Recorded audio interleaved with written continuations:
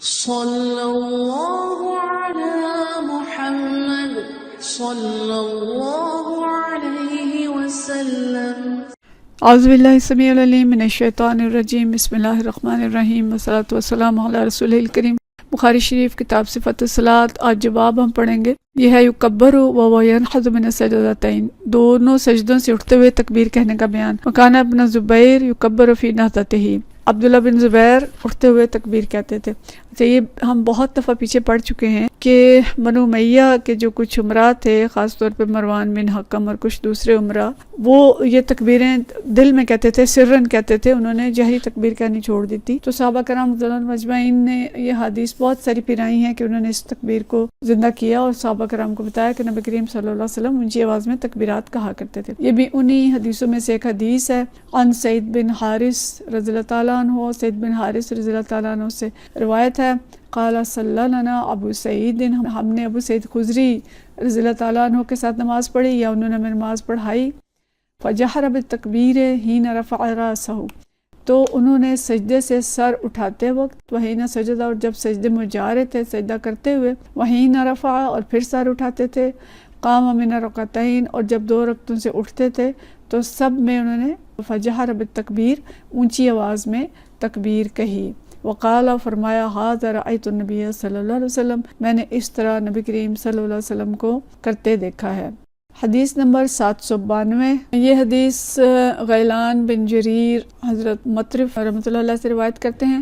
ان مطرف کہتے ہیں، قال صلیت انا و عمران، کہ میں نے اور حضرت عمران بن حسین رضی اللہ تعالیٰ عنہ نے صلاۃً نماز پڑھی، خلف علی بن ابی طالب رضی اللہ تعالیٰ عنہ، علی بن ابی طالب رضی اللہ تعالیٰ عنہ کے پیچھے نماز پڑھی۔ فکان اذا سجد کبر، جب انہوں نے سجدہ کیا تو تکبیر کہی۔ وَإِذَا رَفَعَ كَبَّرَ، جب اٹھے تو تکبیر کہی۔ وَإِذَا نَحَضَ مِنَ رَكَعَتَيْنِ كَبَّرَ، اور جب 2 سجدے سے سر اٹھایا اور جب اٹھے 2 رکعتوں کے بعد تو پھر تکبیر کہی۔ فَلَمَّا سَلَّمَ، پھر جب سلام پھیرا، أَخَذَ عِمْرَانُ بِيَدِهِ، تو کہتے ہیں کہ میں نے عمران بن حسین کا ہاتھ اپنے ہاتھ میں پکڑ لیا۔ فقال، اور کہا، لقد صلی بنا ھذا صلاۃ محمد صلی اللہ علیہ وسلم، یعنی عمران بن حسین نے میرا ہاتھ پکڑ لیا اور فرمایا کہ اس شخص نے ہمیں نبی کریم صلی اللہ علیہ وسلم جیسی نماز پڑھی۔ لقد ذکرنی ھذا صلاۃ محمد صلی اللہ علیہ وسلم، کہ ہمیں نماز یاد دلا دی نبی کریم صلی اللہ علیہ وسلم کی۔ یعنی ابھی تک وہ جو نمازیں پڑھ رہے تھے بنو امیہ کے خلفاء کے پیچھے، تو وہ تکبیر اونچی نہیں کہتے تھے، تو انہوں نے جب نماز پڑھائی ہے تو پوری نماز انہوں نے نبی کریم صلی اللہ علیہ وسلم کے طریقے پہ پڑھی، حضرت علی رضی اللہ تعالیٰ عنہ نے۔ تو حضرت عمران بن حسین جو تھے، انہوں نے ان کا ہاتھ پکڑ کے حضرت مطرف کا، تو ان سے کہا کہ حضرت علی نے وہ نماز یاد کرا دی ہے۔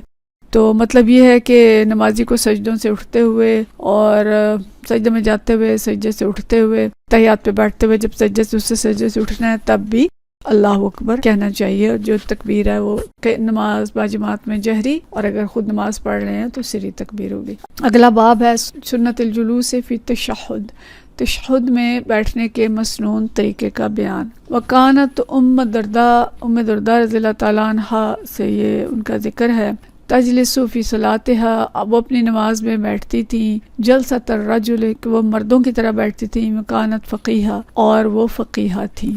اچھا، حضرت ابو درداء کی 2 بیویاں تھیں، ایک ام درداء کبریٰ اور ایک ام درداء صغریٰ۔ اچھا، اب یہ کچھ لوگوں کا خیال ہے کہ فقیہہ جو تھیں وہ ام درداء کبریٰ تھیں، اور کچھ کا خیال ہے کہ وہ صغریٰ تھیں۔ بہرحال جو بھی ہوں، پہلی جو ہیں وہ صحابیہ تھیں اور دوسری جو تھیں وہ تابعیہ تھیں، لیکن واللہ عالم جو بھی تھیں ان کا ذکر یہ آ رہا ہے کہ وہ نماز کیسے پڑھتی تھیں اور تشہد میں کیسے بیٹھتی تھیں۔ تو فقیہہ تھی، عالمہ تھی، وہ جانتی تھی کہ عورت کی نماز کا طریقہ کیا ہے۔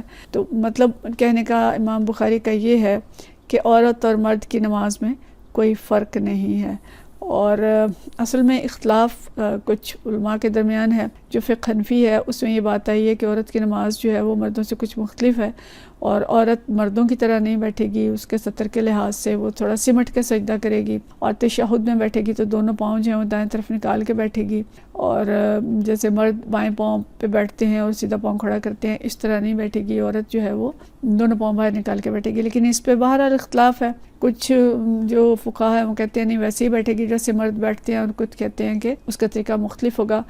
خود یہ جو عنوان انہوں نے لگایا ہے نا کہ ام درداء تجلس فی صلاتہا جلسۃ الرجل، کہ وہ مردوں کی طرح بیٹھتی ہیں، تو اس کا مطلب ہے کہ کچھ تھوڑا سا فرق ہوگا جو یہ کہا کہ مردوں کی طرح بیٹھتی ہیں، کہ خواتین کے بیٹھنے کا کوئی طریقہ تھوڑا فرق ہوگا جو کہنا پڑا کہ مردوں کی طرح بیٹھتی ہیں۔ واللہ عالم، دونوں طرح ٹھیک ہے، جیسے بیٹھ جائیں وہ صحیح ہے۔ یہ چھوٹی چھوٹی باتیں ہیں جن پہ ہمیں نہ جھگڑا کرنا ہے نہ اختلاف کرنا ہے۔ اصل مقصود نماز ہے۔ پاؤں اگر عورت باہر نکال لے گی تب بھی اس کی نماز ہو جائے گی، اور اگر وہ بائیں پاؤں پہ بیٹھے گی اور دایاں کھڑا کرے گی تب بھی اس کی نماز ہو جائے گی۔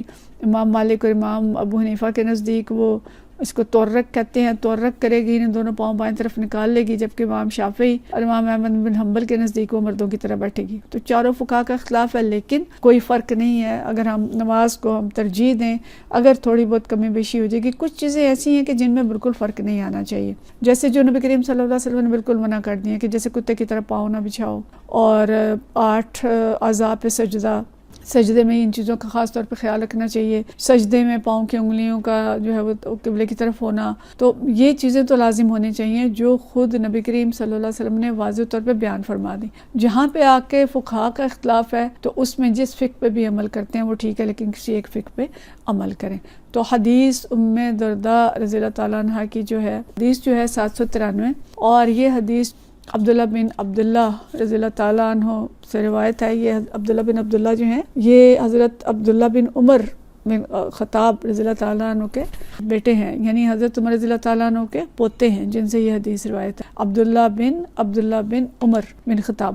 تو یہ کہتے ہیں عن عبداللہ بن عبداللہ رضی اللہ تعالیٰ عنہ سے روایت ہے انہ اخبرہ، کہ وہ کہتے ہیں کہ مجھے یہ پتہ چلا انہ کانا یرا عبداللہ بن عمر رضی اللہ تعالیٰ عنہما، کہ میں نے حضرت عبداللہ بن عمر رضی اللہ تعالیٰ عنہ کو دیکھا یتربع فی صلاۃ اذا جلس، کہ جب وہ بیٹھتے تھے نماز میں تو 4 زانوں بیٹھتے تھے۔ اچھا، ربع یعنی 4، یعنی پاؤں اور دونوں ٹانگیں جسے ہم کہیں، یہ چاروں اعضاء پہ بیٹھتے تھے۔ یہ کہتے ہیں جیسے آلتی پالتی مار کے بیٹھنا ہوتا ہے نا، ورنہ مرد کا یہ ہوتا ہے کہ وہ 2 زانوں بیٹھتے ہیں اور ایک پاؤں بچھاتے ہیں اور ایک پاؤں کھڑا کرتے ہیں۔ تو عبداللہ بن عمر رضی اللہ تعالیٰ عنہ جو ہیں وہ 4 زانوں بیٹھتے تھے جب وہ تشہد میں بیٹھتے تھے۔ تو عبداللہ بن عبداللہ کہتے ہیں کہ فعلتہ انا یومئذ حدیث السن، کہ کہتے ہیں کہ اس زمانے میں میں کم سن تھا تو میں بھی ویسے ہی بیٹھنے لگ گیا جیسے وہ بیٹھتے تھے، یعنی 4 زانوں بیٹھتے تھے۔